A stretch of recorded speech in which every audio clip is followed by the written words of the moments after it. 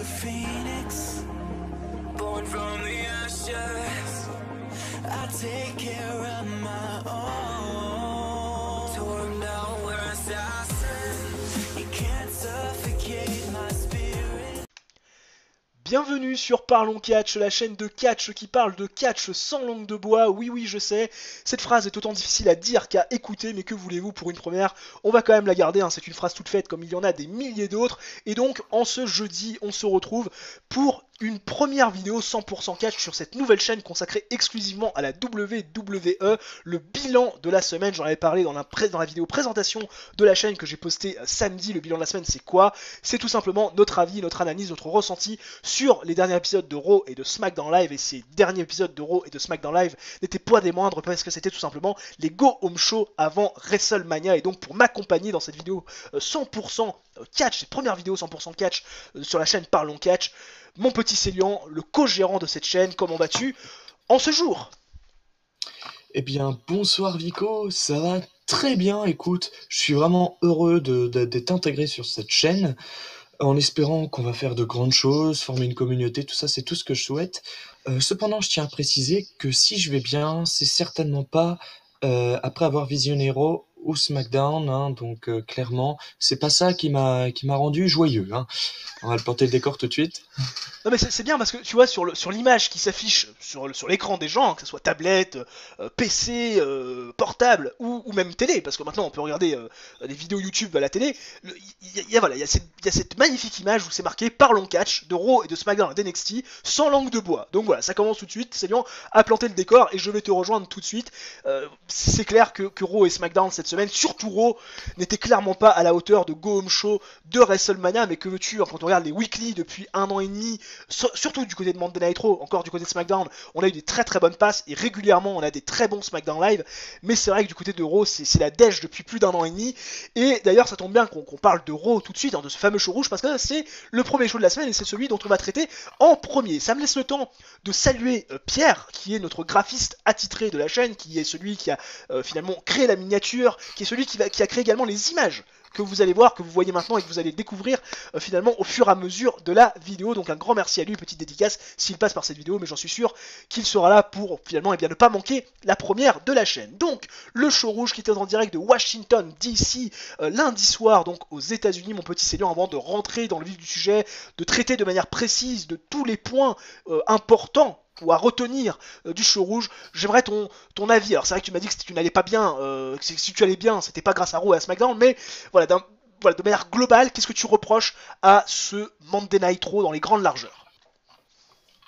Eh bien, dans les grandes largeurs, ce que je reproche à ce Monday Night Raw, bah, c'est un peu en fait tout ce qui s'est passé dedans, hein. Donc c'est-à-dire tous les segments qu'on a eu, les trucs qui étaient soit mauvais, soit pas de sens, soit inutiles, soit juste chiants, ça fait quand même pas mal de défauts, hein. On va en parler plus en détail après, mais en gros, je trouve que presque la totalité du show était mauvaise. Voilà. Alors, moi, c'est vrai que je dirais qu'il y a une grosse partie de ce show qui était vraiment sans saveur, en fait. C'est vrai que quand on regarde bien, si on doit vraiment analyser le truc dans les grandes largeurs, le 8-woman tag qu'on a pu avoir avec les participantes, finalement, du match tag team pour les championnats féminins de la WWE à Mania, voilà, c'était pas forcément incroyable. Beth Phoenix qui est censé être au cœur du truc, c'est vrai qu'on l'a pas senti plus mise en avant que soi, et on trouve pas qu'il y ait vraiment une réaction incroyable pour Beth Phoenix quand elle est dans le ring et quand elle est revenue en action après cette année, je crois, de retraite et loin du show Monday Night Raw. On a également eu des matchs qui ne servent à rien. Apollo contre Jinder Mahal. On a eu également, si je dis pas de bêtises, un match Corbin Rey Mysterio pour terminer le show qui n'a aucun sens. Et qui a envie de voir tout ça pour nous teaser le match Angle Corbin? C'est ce match Angle Corbin qui fait la fin de Monday Night Raw, comme si les gens n'avaient quoi que ce soit à foutre de ce match, de cet affrontement. On espère d'ailleurs toujours, et tous et toutes, qu'à WrestleMania, John Cena va prendre la place de Baron Corbin, et qu'on finisse avec un John Cena Kurt Angle, parce que c'est vrai que ça aurait du sens, hein, avec un Kurt Angle qui a été finalement le premier adversaire de John Cena à ses débuts. Ça serait bien que Kurt Angle devienne le dernier adversaire de John Cena, ou plutôt que Kurt Angle fasse son dernier match face à celui qu'il a créé quelques années plus tôt à la WWE. Et puis bon, ça nous permettrait d'avoir un match avec un peu plus de sens, et ça permettrait surtout d'avoir un match historique, #vintage, on revient de 18 ans en arrière. Bref. Mais c'est vrai que pour l'instant, la WWE, on ne sait pas s'ils vont véritablement nous faire ça. Mais c'est vrai qu'il y a eu pas mal de petits segments qui n'avaient pas vraiment trop de saveur, pas trop de sens. On peut ajouter également la promo Heyman, Rollins, Lesnar. Hein. C'est vrai que c'est bien, j'ai pas trouvé ce segment-là incroyable non plus. Non, moi non plus. C'était assez lambda en fait. Quand tu coupes Paul Heyman, en fait, tu as l'impression de rembobiner une cassette et d'entendre la même promo chaque semaine quand il est présent. Et puis on a également eu droit à des segments assez malaisants, hein. Je vais te laisser partir là-dessus mon petit Célian, mais c'est vrai qu'on parlait de ce segment féminin, hein. C'est vrai que beaucoup l'ont trouvé incroyable sur les réseaux sociaux, sur Twitter, Instagram, et puis c'est vrai que même j'ai vu un petit peu également du truc sur YouTube, sur les sites spécialisés de lutte, où ils trouvaient incroyable le segment Ronda Rousey, Becky Lynch, Charlotte Flair. Nous on a un petit peu le même avis, mais mon petit Célian, je te laisse développer. Nous c'est vrai qu'on a pas trop apprécié, je te laisse dire un petit peu les raisons du pourquoi, du comment. Donc on va commencer à débattre sur ce segment du coup. Exactement, Okay. Voilà, on commence très très fort. Alors, tout simplement, je trouve déjà, pour faire un peu mon point sur la rivalité, je trouve que la rivalité a été décevante. On en reparlera dans la vidéo prono de WrestleMania. Et du coup, j'ai un peu perdu l'intérêt pour la rivalité. Puis c'est pas ce segment qui me l'a redonné, en fait. Pourquoi j'ai pas aimé ce segment et je l'ai trouvé ridicule? Eh bien, tout simplement parce que ça l'était. C'est-à-dire que c'était mal joué de la part des 3 filles. C'était incohérent dans le sens où on n'a jamais vu dans la vraie vie des flics aussi inefficaces que ça. Genre, ça n'existe pas. Des flics qui font aussi mal leur travail, ça n'existe pas. Ça dure 10 minutes, elle les fait sortir de la salle et elle les emmener jusqu'aux voitures. Les 3 meufs se détestent. Et on met Becky Lynch et Ronda Rousey dans la même voiture. Bah oui, allons-y. Je veux dire, c'est totalement incohérent. Non mais, bien sûr, à un moment, on va leur dire, mettez-vous l'une sur l'autre. Oh, non mais, faites-vous des câlins, embrassez-vous, prenez-vous par la main, allez vous marier. Non mais, je veux dire, au bout d'un moment, faut arrêter de se foutre de la gueule du monde. C'était incohérent. Et du coup, ça en est devenu risible. C'était pas gênant, je trouvais ça plus drôle que gênant en fait. C'était c'était assez comique en fait, mais c'était pas voulu, donc c'est ça qui est assez drôle. Oui, c'était comique, mais surtout, cet aspect comique, il est arrivé par le fait que ça soit un petit peu too much dans la façon de faire. C'est-à-dire que, comme Stephanie McMahon, et j'en ai pas parlé de cette promo qui a ouvert le show, Stephanie McMahon, qui nous allait faire un poisson d'avril en disant que ce match Triple Threat allait tourner en Fatal 4-Way. Putain, je me suis dit, heureusement que c'était 1er avril, parce que sinon j'aurais vraiment cru à la mauvaise blague. Mais c'est vrai qu'elle a annoncé le fait que le match allait être pour les championnats de SmackDown et de Raw, et qu'on aurait une première championne de la WWE de toute l'histoire de la fédération. Bon, donc peut-être qu'ils ont voulu vraiment marquer le coup, mais au-delà du fait que ça soit qu'on n'ait pas apprécié parce que c'était un petit peu too much et un petit peu risible pour le coup, même si c'est vrai qu'on n'a pas la même avis que la majorité. Si ça se trouve dans les commentaires, on va avoir des gens qui vont nous dire mais pourquoi, comment ça se fait, pourquoi vous les avez pas aimé, c'était génial. Bon, on vient de le justifier le pourquoi du comment, mais c'est vrai qu'on va peut-être pas être du même avis que la majorité des gens. Mais c'est vrai que si ça devient risible, c'est vraiment parce que c'était too much. Et bon, je comprends le fait de vouloir mettre en avant le truc, je comprends le fait de vouloir véritablement pusher le machin et vraiment le vendre à fond, mais voilà, c'est vrai qu'à un moment donné, faites attention à être cohérent et voilà, à rester dans le réel, dans le réaliste. Mais en tout cas, ils ont réussi à faire une chose de très intelligente, c'est que tout le monde ne parle que de ce segment et tout le monde, finalement, n'a que Dieu pour ce match à WrestleMania en fait. Donc au final, ils ont bien fait leur job, la WWE. Ouais, si on veut. Si on veut. Si on veut. Est-ce que. Non, mais c'est vrai. Du coup, après, on a notre avis. Les autres auront le leur. Mais c'est vrai qu'ils ont quand même, bon ou mauvais, même si nous on l'a pas apprécié, ils ont quand même réussi à garder ce côté hype pour le match. Alors que la hype était quand même bien redescendue il y a quelques semaines en arrière. Et là, c'est vrai qu'ils ont réussi à nouveau mettre en valeur et mettre en lumière cette rencontre. Je suis assez d'accord. Ça t'a l'air de te faire mal au cul de le dire, mon petit Célian, mais ils ont bien réussi parce que ça aurait pu être tellement mieux, mais enfin, bref. Non, mais parce qu'il y a de la réaction. Il y a quand même de la réaction. Et en parlant de réaction, mon petit Célian, ça me permet de faire une transition toute parfaite. La promo d'Heyman, Rollins et Lesnar. On sait que ce match n'intéresse pas. la rivalité n'est pas intéressante. Hein. Brock Lesnar n'est jamais là, n'est jamais présent, se fiche de la WWE, se fiche de l'univers, se fiche de ses collègues. Bref, ce mec est complètement personnel, bref, égocentrique, tout ce que tu veux. Mais c'est vrai qu'il y a de la réaction pour un Brock Lesnar et Seth Rollins. Mais on en a parlé, je l'ai dit tout à l'heure dans l'introduction, en préambule de cette review de Raw, en tout cas de notre analyse sur Monday Night Raw. C'est vrai que c'est toujours un peu la même chose, mais il y a quand même de la réaction dans cette promo. Il y a toujours un petit peu des fans en colère et des fans qui prennent parti finalement pour cette rivalité. Qu'est-ce que t'en as pensé de ce segment qui a fait réagir les fans par rapport à l'attaque de Rollins sur Lesnar et par rapport à la bronca qu'a eu Lesnar lors de ce show à Washington DC? Déjà, la bronca, elle est justifiée. Je veux dire, le mec, il est venu 15 fois en 2 ans. Il a le titre, enfin, depuis 2017, sans compter le nombre de titres, le nombre de mois de règne qu'il a eu depuis son retour en 2012. Ce qui me permet de faire une transition, c'est que depuis Brock Lesnar est revenu il y a 2012, 2019, 7 ans, et ben c'est la même chose que Paul Heyman nous dit chaque semaine. Donc au bout d'un moment, c'est juste lourd. Quand Paul Heyman vient, tu sais que tu vas t'ennuyer. Et ça s'est confirmé ce soir.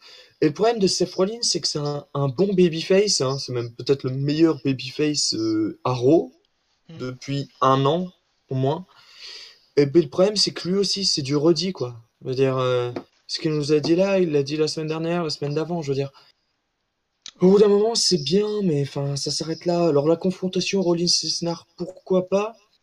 Le seul truc, c'est que Rollins a dominé le segment, donc j'ai un peu peur pour le match à Mania, mais on en reparlera dans la vidéo prono.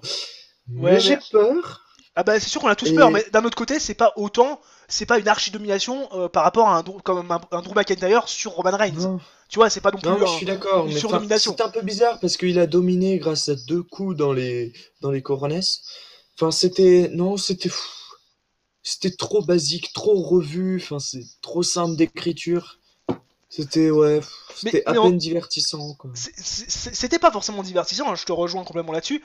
Mais en revanche, encore une fois, ils ont réussi, comme avec le segment Charlotte, Becky Lynch et Ronda Rousey, à avoir de la réaction, à donner de la hype aux gens. Encore une fois. Parce que Lesnar, tout le monde attend de le voir perdre le titre. Parce que, encore une fois, Rollins c'est le meilleur babyface à Raw depuis 1 an et demi. Et donc, forcément, quand t'as les deux là sur un ring, ça déclenche la réaction, surtout que c'est pour le titre et c'est à Mania. Mais en soi, la rivalité, elle mérite pas forcément de réaction, quoi. Le booking. Oui, mais le contexte en mérite, en tout cas. Voilà. Le contexte en mérite. Exactement. En revanche, ça nous permet encore de rester sur le contexte réaction, sur le côté réaction. Là où il n'y a pas du tout de réaction, c'est pour les championnats féminins par équipe. Alors là, c'est liant, le 8-woman tag qu'on s'est tapé. Oh my god. J'ai cru qu'on allait mourir. C'est simple. Ouais, vas-y, je te laisse. Non mais vas-y mon petit Cédric. Le seul intérêt que je pense, les fans ont pour ce match, c'est le retour de Beth Phoenix dans un ring. C'est tout. Ouais, et encore parce qu'il n'y a pas eu une grosse réaction quand Beth Phoenix est revenu. Hein. On a quand même senti que c'était léger. Hein.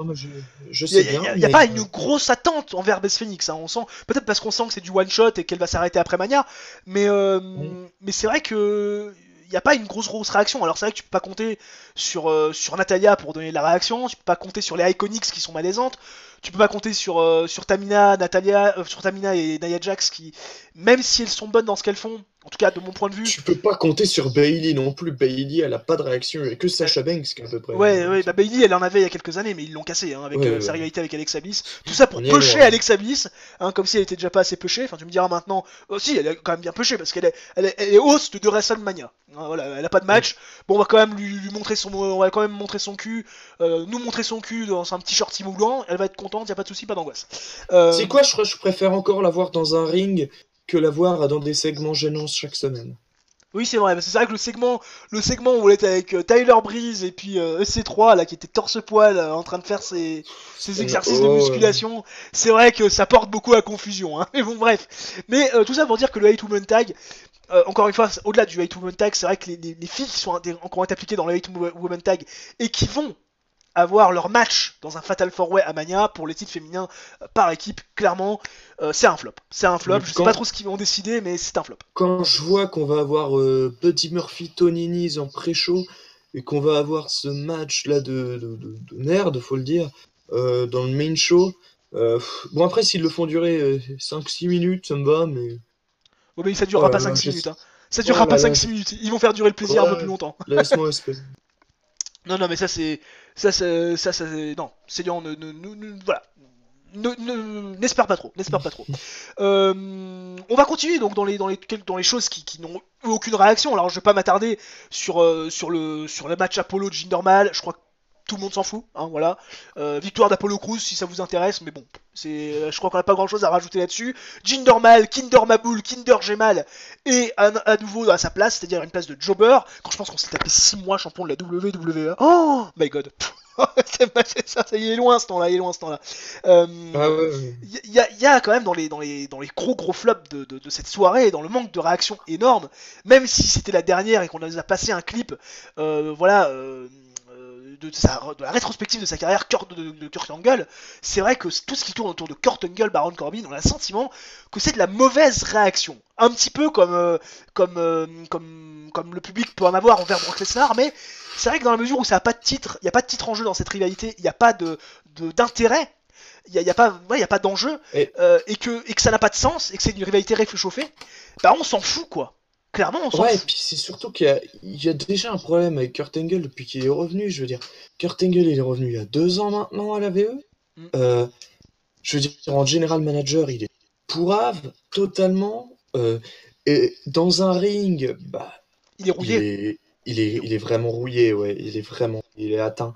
Et le problème, c'est qu'il a pas eu de bon match en solo. Je sais même pas s'il en a eu en pay-per-view. Je crois qu'il a pas eu de match en solo, hein, Kurt Angle. Et le problème, c'est ça se voit, il peut plus tenir un match, il peut plus faire monter le match comme il l'a si bien fait pendant 20 ans.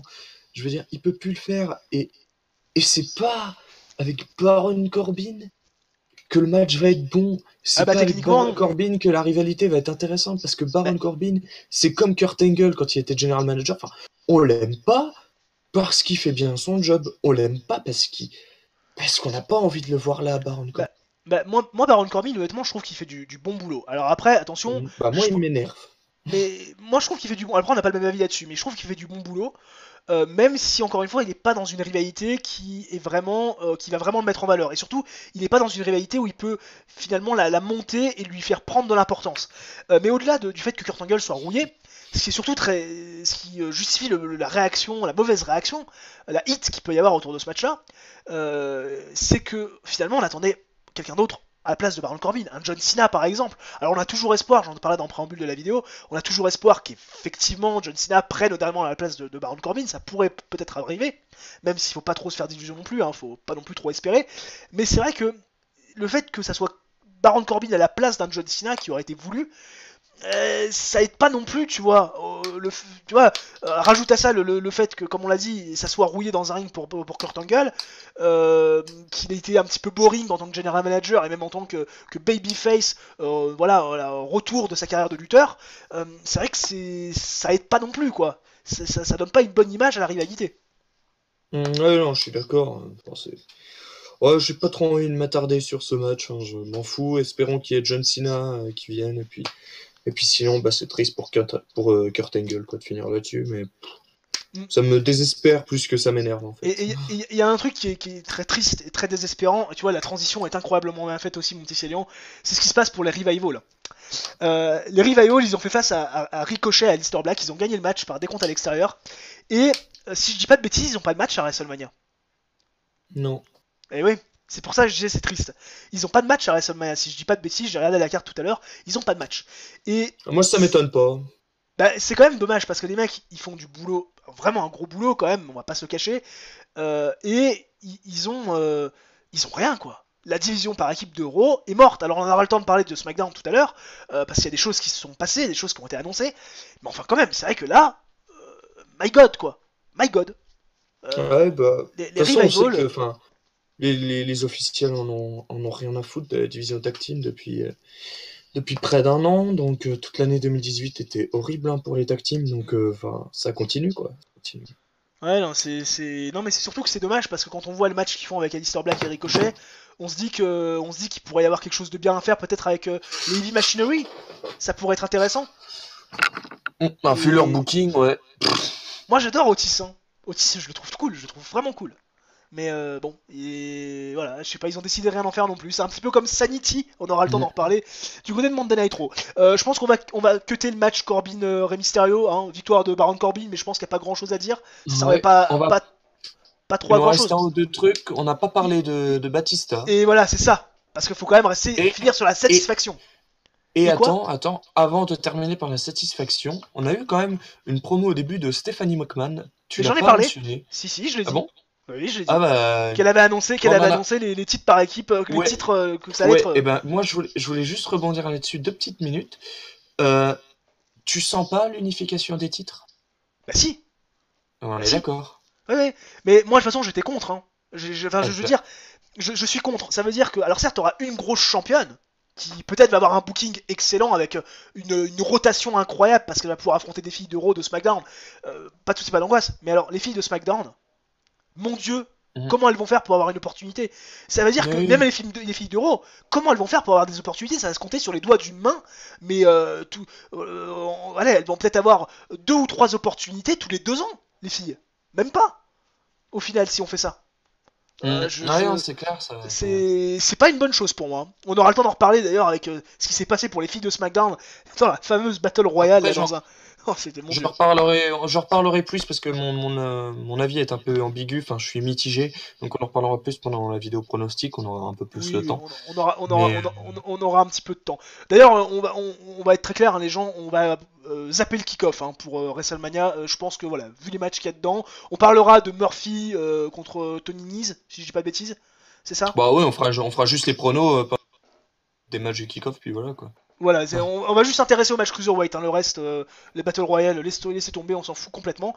Mais bon, ça sera pour WrestleMania. Et donc la satisfaction, mon petit Célian, c'est la promo de Batista. Alors moi j'étais le premier, je te le disais en préambule, non, donc en off, avant qu'on commence la vidéo, que j'étais pas toujours convaincu par Batista et ses promos, je les trouve parfois un peu limités en mix kill.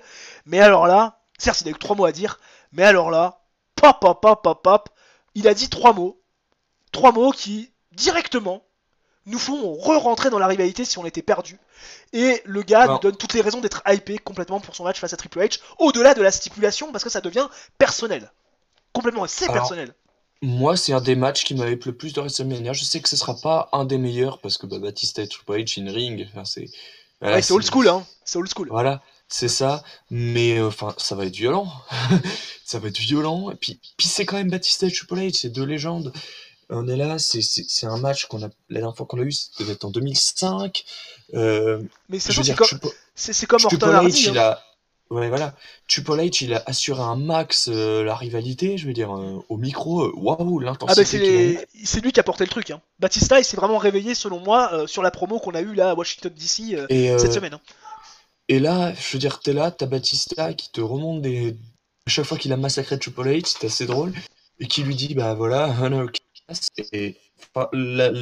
c'est juste simple et efficace. C'est tout ce qu'on demande en fait. Donc ouais, je suis hypé pour le match. Puis voilà, quand on n'est pas déçu, c'est juste cool en fait. Sans être fou, mais c'est cool.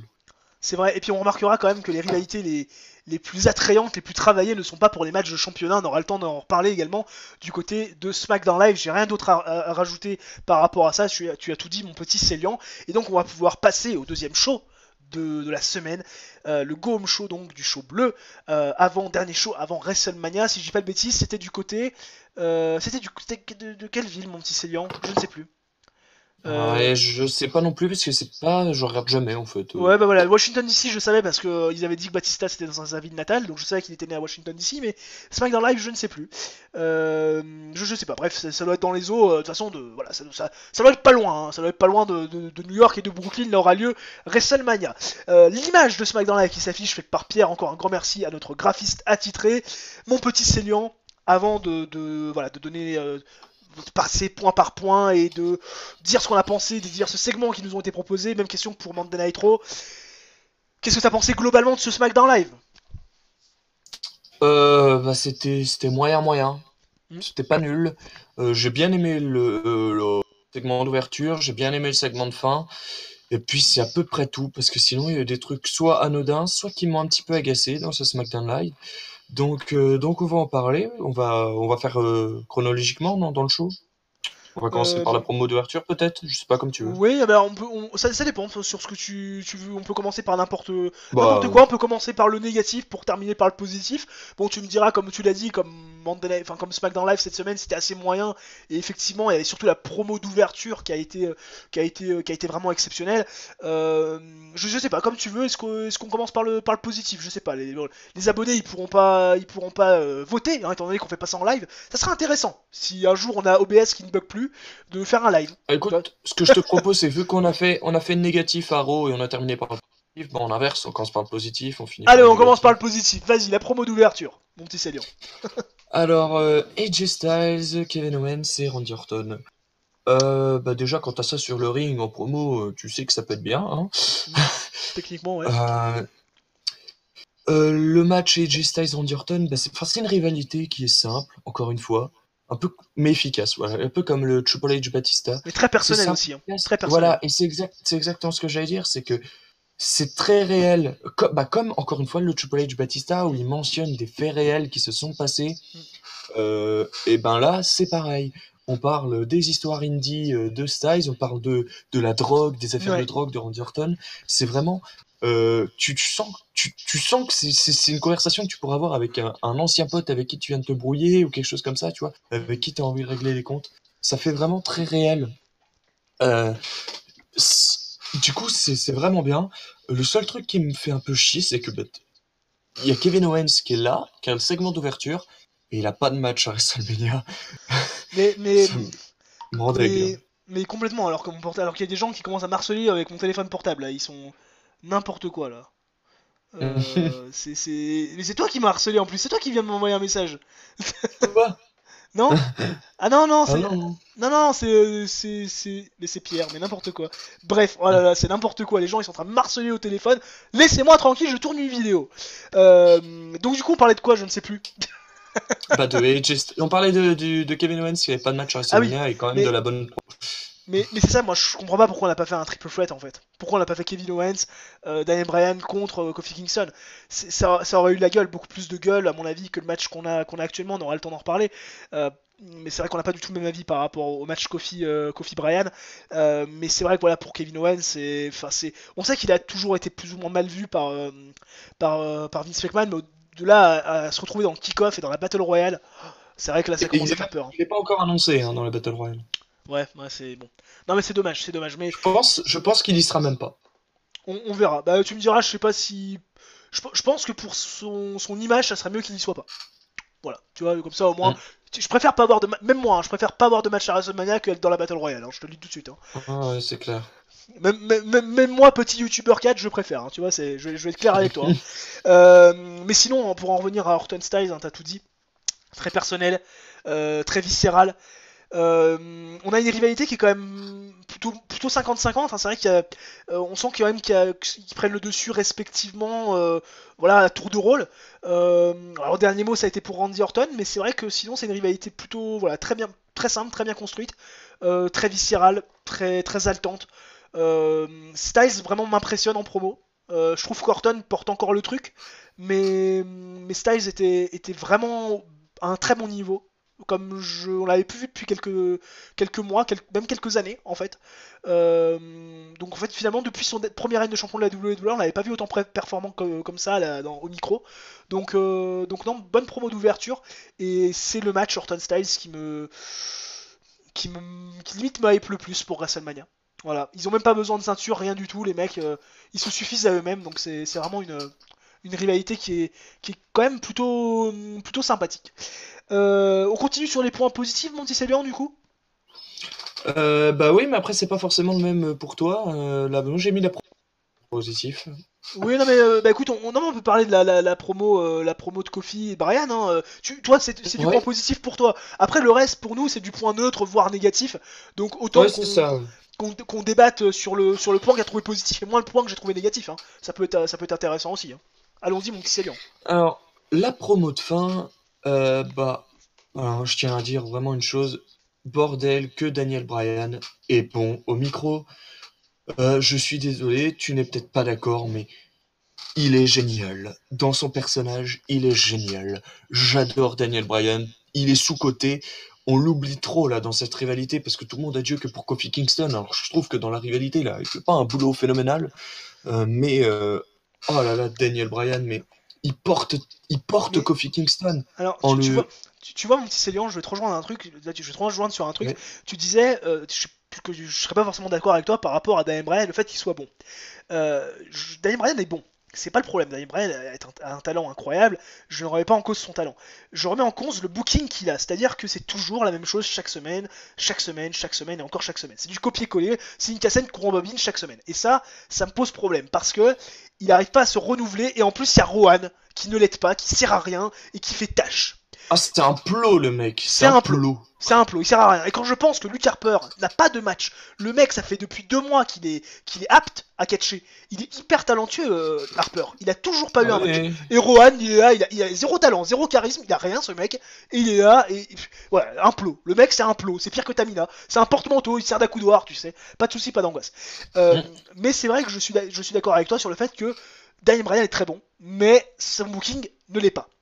Et là où je suis d'accord avec toi, c'est qu'effectivement, il porte la rivalité. Kofi ne fait pas un boulot phénoménal. Moi, encore une fois, dans la, dans la rivalité, dans la promo du soir, honnêtement, j'ai pas trouvé Kofi Kingston bon au micro. Je, Alors, bah, moi, je l'ai trouvé très moyen. j'ai trouvé que ça allait parce que, enfin, il est porté, il est porté par le public. C'est tout le public. Cette rivalité sans le public, elle est rien du tout. Je veux dire, Kofi Kingston. D'ailleurs, j'ai pas trop compris pourquoi en fait il y avait eu un engouement comme ça, mais il Bah y a eu oui, l'engouement. ouais. Il y a eu l'engouement et je l'ai eu aussi, tu vois, avec Kofi Kingston. J'ai envie de le voir champion. Mais J'ai envie que Kofi Kingston soit dans un match pour le titre de la WWE à WrestleMania, mais tu as raison, un Triple Threat aurait été peut-être préférable avec Kevin Owens, juste pour dire qu'il était sur la carte. Mais tu sais exactement. quoi, j'ai envie que Kofi Kingston gagne le titre à Mania. J'ai envie, pour Oui, une mais fois, le mec est là depuis même si 2008, Kofi, il a raison. même si Kofi gagne le match, ça t'empêchait pas de mettre Owens dans la rivalité. Parce que Ouais, pour moi, je suis d'accord. au final, c'est fade. Il Mm. manque. Parce que Daniel Bryan est très bon au micro, mais pour moi, il manque le mec qui pète le charisme. Alors Daniel Bryan est charismatique à sa façon, mais il manque le mec qui pète le charisme. Et c'est le mec qui pète le charisme, c'est Owens. Et Ouais, je suis d'accord. Ouais. je trouve que il manque ça. Et Kofi, comme tu l'as dit, je comprends pas trop l'engouement des gens. Alors toi, t'as été porté par le public et par le fait que le public adhère à Kofi Kingston. Moi, j'y arrive pas. Kofi Kingston, je trouve que il prend une spotlight d'un underdog qui est 10 fois plus talentueux que lui. Par exemple, un gars comme Gargano, pour moi, même si t'es pas d'accord sur le principe, franchement, on aurait pu commencer à le créer, Gargano. Tu vois. Euh, Ouais, mais pas là, j'adore Johnny Gargano, hein, mais Moi, je l'aurais créé direct, je- direct. J'aurais mais sauté sur l'occasion. pas Ou un moi. ricochet, ou un ricochet. Tu vois, quelque chose, tu vois. Alors après, Hmm. Ricochet, c'est différent. Il va avoir un match de championnat. Mais, je sais pas, un Ricochet, ça aurait été intéressant. Un Alistair Black, ça aurait pas trop collé. Mais quand même, je sais Mais je pas. pense que, oui, mais Ou un on a le Mustafa temps, Ali. Un on a Mustafa le temps Ali. plus tard. Ouais. Je trouve que c'est vraiment le. Bah d'ailleurs, Mustafa Ali, c'est lui qui devait être à la place de Kofi Kingston. Oui, De base. complet, ouais. Mais bah, moi, je préfère voir Kofi Kingston que Mustafa Ali. Je suis désolé, parce que Kofi Kingston, dans la storyline, bah effectivement, ça fait 11 ans que le mec est là, et juste par le principe, il mérite son title shot. Il l'a jamais eu. Il le mérite. Euh, et puis, enfin, je veux dire, Kofi Kingston dans un ring. Tu peux dire ce que tu veux, c'est peut-être pas aussi fou qu'un Mustafa Ali, mais le mec est très bon, hein. Bah, non, mais Donc, c'est moins esthétique. Moi après, c'est vrai que j'ai du mal à vraiment me réjouir de Kofi Kingston dans le main event, ou tout du moins dans un match pour le championnat de la WWE, parce que pour moi il est pas aussi bon que ce qu'on veut bien nous le vendre en fait. C'est ça le problème. Et pour moi, moi, tu dois mais être moi, legit. Tu dois être mais legit quand t'es. justement, Tu vois. on nous l'a pas vendu comme un main eventer pendant 11 ans. Ouais, mais là, tu Et vois, ce qui est donc too là, much. Ce qui est too much, c'est le mec qui bat en gonflé match tout le monde. Jamais il peut battre un Samoa Joe, jamais il peut battre un Orton, jamais il peut battre ces mecs-là. Tu vois ce que je veux dire? Et c'est pour ça que le public joue un rôle important, parce qu'on sait, quand, par exemple, dans plein de sports, quand t'es porté par ton public, ça t'aide à gagner des matchs. C'est pas pour Moi rien ça qu'au m'aide parce foot. que c'est. Moi ça m'aide, ça me va pas parce que c'est irréaliste en fait, dans ma tête. Mais après, je comprends D'accord. l'engouement des gens, je comprends que tu sois aussi pris dans le truc, mais honnêtement, pour moi, c'est pas bon. Enfin, c'est pas bon. Le seul truc qui peut être bon, à la rigueur, on aura le temps d'en parler peut-être dans la vidéo. C'est même pas peut-être, c'est sûr, dans la vidéo pronostic de WrestleMania, c'est quand il gagnera le titre, certainement, Kofi, et qu'il y aura une rivalité avec le New Day. Ça va être intéressant, il y aura peut-être du sens, enfin. Mm. Ça peut être intéressant. Ouais, je Mais suis d'accord. Ouais. là, pour l'instant, j'ai du mal. Mais je comprends ton avis, je le respecte et je respecte également l'avis des gens qui pensent comme toi. Enfin, les gens qui pensent comme toi. Est-ce qu'on passe maintenant au point neutre, hein? Ça fait 35 minutes qu'on parle. Je pense on va pouvoir passer un petit peu au point neutre. Peut-être pas tout étayer, parce que c'est vrai que je pense que la rivalité mise Shane, t'as pas grand-chose à en dire. Non. Non, non, enfin, bon, on va passer, je vais passer 30 secondes dessus. C'est une rivalité qui est plutôt efficace, je trouve, parce que, bah, le Ça Miz, marche. Il y a de la réaction. voilà, le Miz est juste génial en face. Et Genre, puis, c'est la première fois que et puis je Shane, pensais pas dire ça. mais Mais Shane, Shane est bon en heal, mais est alors, bon le aussi, Miz, hein. Ah oui. vraiment, elle est propre cette rivalité. Bon, là, ça m'a un peu fait chier parce que, bah, Ça le Sanity, Miz ouais. a battu tout seul Sanity, mais bon, enfin, on en est avec Sanity, tant pis, je veux dire. Et mais du coup, ouais, c'est un face turn qui marche bien. Je pense que le match va être bon, divertissant. Tu penses pas? Bah, moi je pense que ça va être divertissant. Et de toute façon, les gens déjà vont se prendre dans le truc parce ils ont été intéressés par la rivalité, ils ont été intéressés par ce qu'on leur a vendu. Donc au Hmm. final, je pense que oui, on aura un match un match où en tout cas il y aura de l'engouement. Shane McMahon est loin d'être dégueu hein, dans un ring. Le Miz aussi, le Miz est Il est sous-coté pas, dans un ring. il est pas esthétique, Shane, mais il est bon. Il est Ouais, bon. ouais, voilà. Il tient la Mais route. les deux. Le Miz est un très bon worker. Donc Hmm. oui, oui. Ouais, c'est ça. Ce sera un match propre, hein. Ah oui, ça Ouais, sera je vois. propre. Ça sera propre et Il y honnêtement. aura un ou deux moments assez what the fuck parce qu'il y a Shane McMahon dans un ring à WrestleMania, donc forcément, même s'il est heal, il y aura un moment. Ah bah, il y aura un coast to coast, il y aura une descente ou je sais pas, mais il va nous faire quelque Hmm. chose, ça c'est sûr. Voilà, ce sera Un base. match de Shane McMahon sans spot, ça n'existe pas, hein. On va Ça être très clair. n'existera pas. Ça Voilà. c'est clair, c'est net, c'est précis. Du coup, voilà, je suis assez impatient, alors qu'au début, je pensais vraiment pas l'être, hein. Donc voilà. Ensuite, on a eu quoi? On a eu Becky Lynch. Bon, Becky Lynch, ton promo, on s'en fout. Ah bah, Pas grand justement, chose. moi j'aimerais y revenir 5 petites minutes, Ok, si tu veux. ça permet de faire une petite transition, tu vois, tu m'as devancé. Mais c'est vrai que moi j'ai trouvé cette promo inutile. Bah voilà, Je bah sais pas oui, pour c'est toi, mais j'ai trouvé exactement. inutile. Parce Ouais, c'est que exactement ça. on aurait dû Que terminer dis pas. sur le segment violent. Alors nous qu'on n'a pas aimé, mais ce segment où elle se voulait s'arracher les yeux, quoi. Tu vois, et là on retrouve Becky Lynch, on sait pas pourquoi, ça sert à rien, quoi.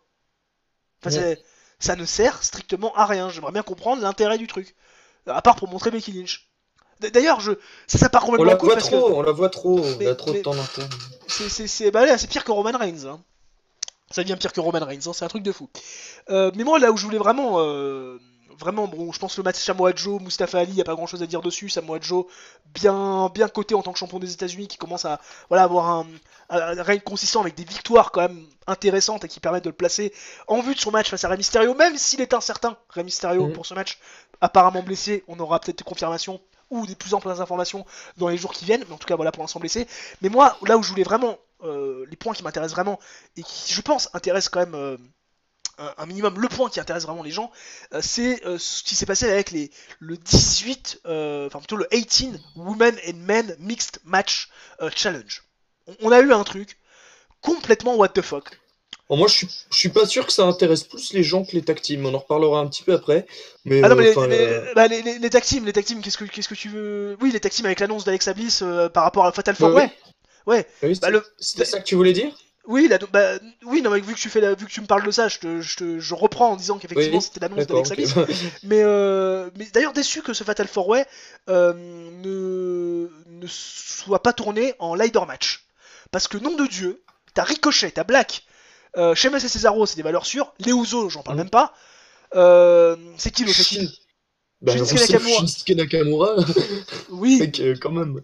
oui, non, mais je les ai oubliés, ils existent tellement plus, eux, voilà, tu vois, je les ai oubliés, tu vois, c'est un truc de malade. Rusev Day et Nakamura Shinsuke. Je les ai oubliés. Mais ça c'est vrai que c'est quelque chose qui peut éventuellement relancer l'intérêt de la division féminine. La division tag team de SmackDown, je vais y arriver, parce que c'est vrai que ça donne un match un petit peu plus... voilà, avec un peu plus d'enjeu et surtout un peu plus de suspense. Sachant que c'est vrai que les tag teams, ça a quand même pas été la chose qu'on a mis le plus en valeur à SmackDown Live. Mais après, est-ce que ça va vraiment intéresser les gens en vue de Mania? Je pense qu'ils seront intéressés si le match est vraiment prenant et vraiment à la hauteur des espérances et que ça pète, ça pète aux yeux, quoi, tu vois. Mais je pense pas que les gens soient vraiment très intéressés à ce moment-là, quoi, au moment où on parle. C'est peut-être pas le match qui retienne le plus.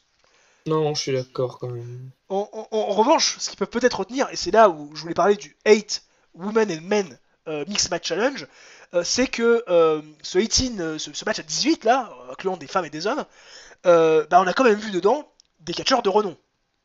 Hein, si je dis pas de conneries. On a vu des gars comme The Club, hein, Gallows Anderson. Oh, de renom, The Club. Qui se sont fait sortir du... Ils se sont quand même fait sortir du ring par Naomi. Hein, donc je oui, dis mais, non, mais des catcheurs de renom, je veux dire, les mecs ont gagné, ont été des stars au Japon. C'est des anciens champions par équipe à Raw. Je veux dire, ils ont quand même un pédigré, tu vois. Mais au-delà de ça, au-delà du club, il y a aussi, surtout les Hardy Boys. Les Hardy Boys, qui se sont reformés il y a pas longtemps. Alors, je suis pas le plus grand fan de Matt et Jeff Hardy. Mais Matt Hardy, il est revenu, mais tout le monde l'a oublié, il aurait dû rester en retraite. Ah, mais complètement. Ça, je suis d'accord avec toi, mais c'est vrai que ce qui est incroyable, c'est que ces mecs-là, qui ont quand même un passif, qui ont quand même une historique à la WWE, soit dans une putain de Battle Royale comme des sous-merdes, au lieu d'être dans un match pour les titres tag team de SmackDown, et qu'on tourne ce Fatal 4-Way en Final 5-Way. Tu vois ce que je veux dire? Ouais, mais le problème déjà, c'est qu'il y a eu un problème avec le match pour le titre des États-Unis. Moi, dans ma tête, je voyais un ladder match pour le titre des États-Unis, c'est-à-dire avec Samoa Joe, avec Mustafa Ali, avec Rey Mysterio, avec Andrade, avec Jeff Hardy, sans le retour de Matt. Et du coup, t'avais des catcheurs qui auraient été dans un ladder match, qui n'auraient pas été dans la Andre the Giant, quoi. Parce que vraiment, regarde, quand tu vois Andrade dans le pré-show, ça fait mal. Je veux dire, surtout que Rey Mysterio a un match de championnat et qu'Andrade l'a battu. Donc, Ah non, mais c'est sûr, non mais ça c'est ça. Rey Mysterio, j'ai pas compris. Hein. J'ai pas compris pourquoi il moi était. non plus, vraiment. Non, mais bon, bref, c'est comme ça, mais tout ça pour dire qu'il y a quand même des catcheurs de renom qu'on va retrouver dans une Battle Royale, d'André le Géant, qui sont là comme des sous-merdes pour teaser la Battle Royale, dans un 8 Women and Men match. Voilà, ça ne sert absolument à rien, et voilà, ces catcheurs de renom, comme les Hardy Boys, comme The Club à l'époque de la New Japan, comme Andrade, n'ont rien. Comme Asuka. Asuka également, et ça me permet de faire la transition avec les femmes, putain, les féminines de SmackDown. En une semaine, allez, en l'espace de 2 SmackDown, elles se sont complètement fait truander.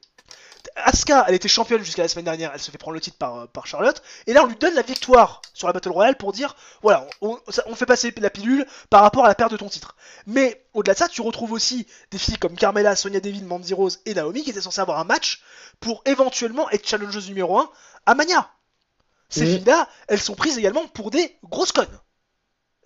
C'est incroyable comment la WWE arrive à retourner sa veste et arrive à donner aucune importance à leurs femmes du côté du show bleu. Je voulais vraiment en parler parce que vraiment j'en ai gros sur la patate par rapport à ça. Je me dis mais comment c'est possible? C'est assez désespérant. Ouais. Ah non mais c'est... Ah on est désespérant et nous on est désespérés mon petit Célio. Hein. Ça y a rien à redire.